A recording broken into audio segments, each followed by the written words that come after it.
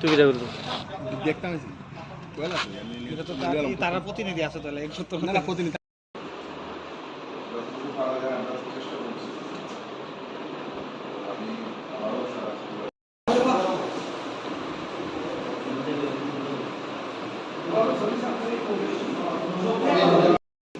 বড় গাড়ি আমরা আটকে দেবো যেতে ট্রাক টার্মিনালসে জিরানিয়া আর সিএনজি স্টেশনে যেহেতু তেল ভরতে আসে এখান থেকে আবার মফস্বলেও যায় এটা বেলা 2 থেকে রাত্রি 12টা পর্যন্ত বন্ধ থাকে।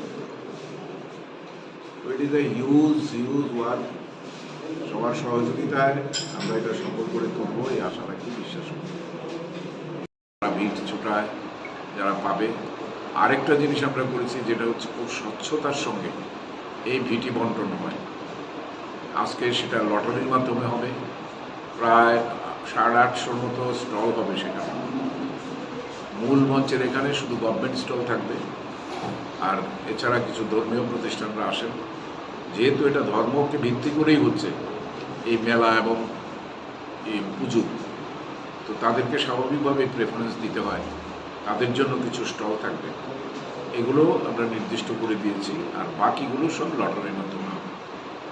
এছাড়া এলাকার যারা বেকার যুবকরা আছেন তাদের জন্য আমরা আনন্দ মেলা বা বিভিন্ন ধরনের যে শিশুদের জন্য নাগের দোলা বা ওই যে বিভিন্ন ধরনের সামগ্রী এনে তারা তাদের আনন্দ দেন।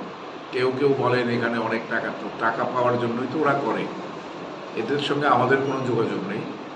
এদের যারা এগুলো চালান তারাই ওদেরকে আর্থিকভাবে কত দেন না দেন এগুলো তাদের ব্যাপার। অনেকে আবার আমাদের হাতের বাইরে দোকান পেয়ে বিক্রি করে দেন, সেটা আমাদের হাতে থাকে না। হয়তো কিছু টাকার বিনিময়ে বিক্রি করে দিলেও অন্য কেউ সেটা ব্যবসা না। এগুলো আমরা ডাইরেক্ট কিছু করতে পারি না। আমরা চেষ্টা করি 100% ট্রান্সপারেন্সি রেখে স্বচ্ছতার সঙ্গে যাতে এই বন্টন করা যায়, বিলি বন্টন করা যায়। যদিও খুব টাফ, আমার উপর প্রচণ্ড প্রেশার। আপনারা জানেন বেকার সমস্যা সারা পৃথিবী জুড়ে আছে, আর আমাদের এখানে তো আছেই। স্বাভাবিকভাবেই এই মেলার এই কটার দিন সবাই তাকিয়ে থাকে কিছু রোজগার করার জন্য। তো বিশেষ করে আশেপাশের অঞ্চলে যতগুলো পঞ্চায়েত আছে, বুথ আছে, সব ছেলেরাই চায়, কিন্তু সবাইকে তো দেওয়া সম্ভব হয় না। তো যতটা সম্ভব আমরা গ্রুপ করে তাদেরকে এখানে কাজগুলো ডিস্ট্রিবিউট করে দিই। যাই পাক, যত সামান্যই পাক, তারা সেটা নিয়ে যেতে তারা খুশি থাকে।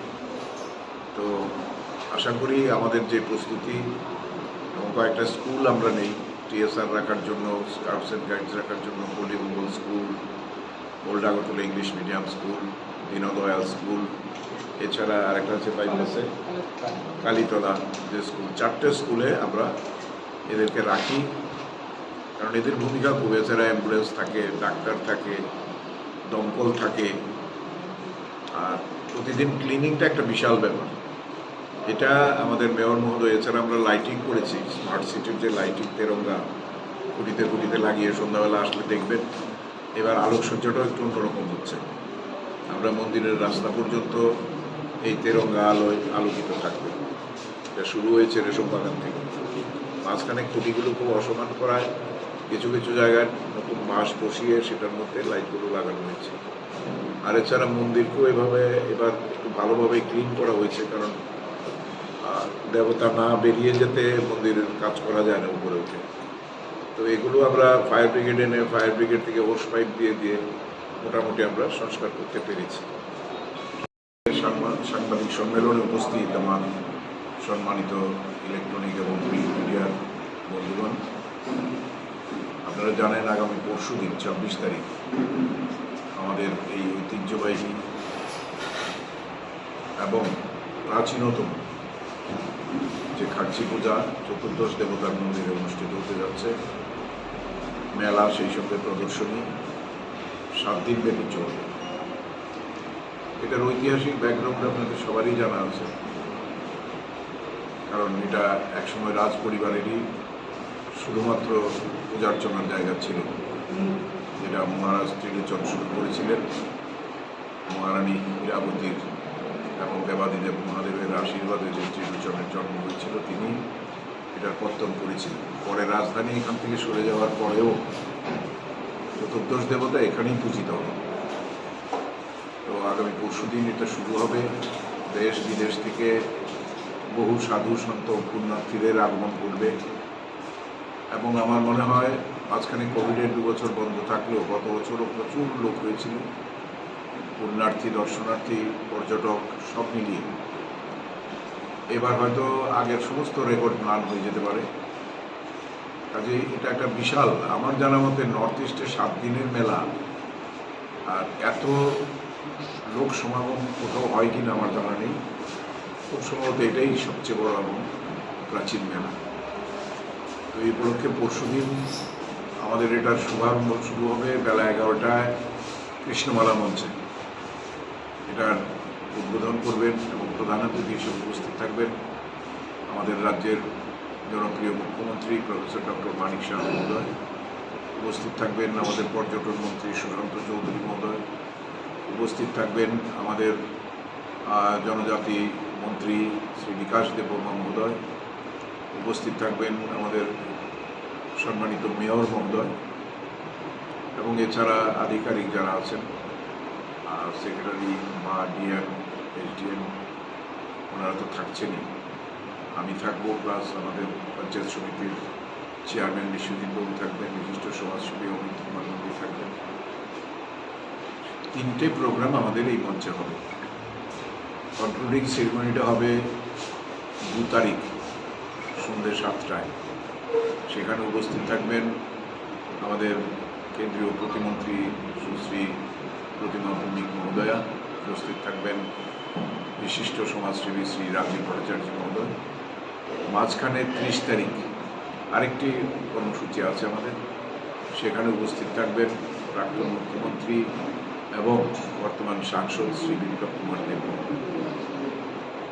একটা ব্যতিক্রমী চেহারা আমরা শুরু করেছি। আমি যেদিন থেকে এই এলাকার বিধায়ক হয়েছি, এই নিয়ে 4টে খাটছি আমি করব এবং সবার সহযোগিতায়, আপনাদের সহযোগিতায় সবসময় আমরা সাকসেসফুল হয়েছি। আমাদের এখানে 0 ইনসিডেন্ট, কোনো ঘটনা ঘটেনি। এটার সবারই কৃতিত্ব, শুধু একা মেলা কমিটির না। এবারও প্রায় 1000 খানেক টিএসআর জওয়ানরা থাকবেন, 150 আমাদের থাকবে স্কাউটস অ্যান্ড গাইডস, মেলা কমিটির স্বেচ্ছাসেবকরা থাকবেন এবং যে নাকা পয়েন্ট তৈরি হয়েছে, বিভিন্ন জায়গায় আপনার সিসিটিভি ক্যামেরা বসে গেছে, মন্দির সাজানো হয়েছে, জলাশয়, পার্ক সেগুলো সাজানো হয়েছে এবং একটা নতুন চেহারায় আঙ্গিক এটা হচ্ছে। আমরা যেটা এক্সট্রা অর্ডিনারি যেটা শুরু করেছি, 1 নম্বর হচ্ছে সাধু সন্তদের আগে দেখা হতো না। সাধু সন্তরা অভুক্ত অবস্থায় খোলা আকাশের নিচে পড়ে থাকেন, কারণ যারা আগে ছিলেন তারা নিয়ম রক্ষার্থীটা করতেন, কারণ তারা ধর্মে বিশ্বাস করতেন না, কাজে সাধু সন্তদের কোনো মর্যাদা ওদের কাছে ছিল না। কিন্তু আমরা যখন থেকে শুরু করলাম তখন থেকে আলাদাভাবে তাদের থাকার ব্যবস্থা, খাওয়ার ব্যবস্থা সব আমরা করি। এছাড়া এই মুক্তমঞ্চে আমাদের যে অনুষ্ঠান হয়, সেখানে অর্থনৈতিকভাবে পিছিয়ে পড়া মেধাবী ছাত্রছাত্রী যারা আছেন তাদেরকে আমরা সম্বর্ধিত করি।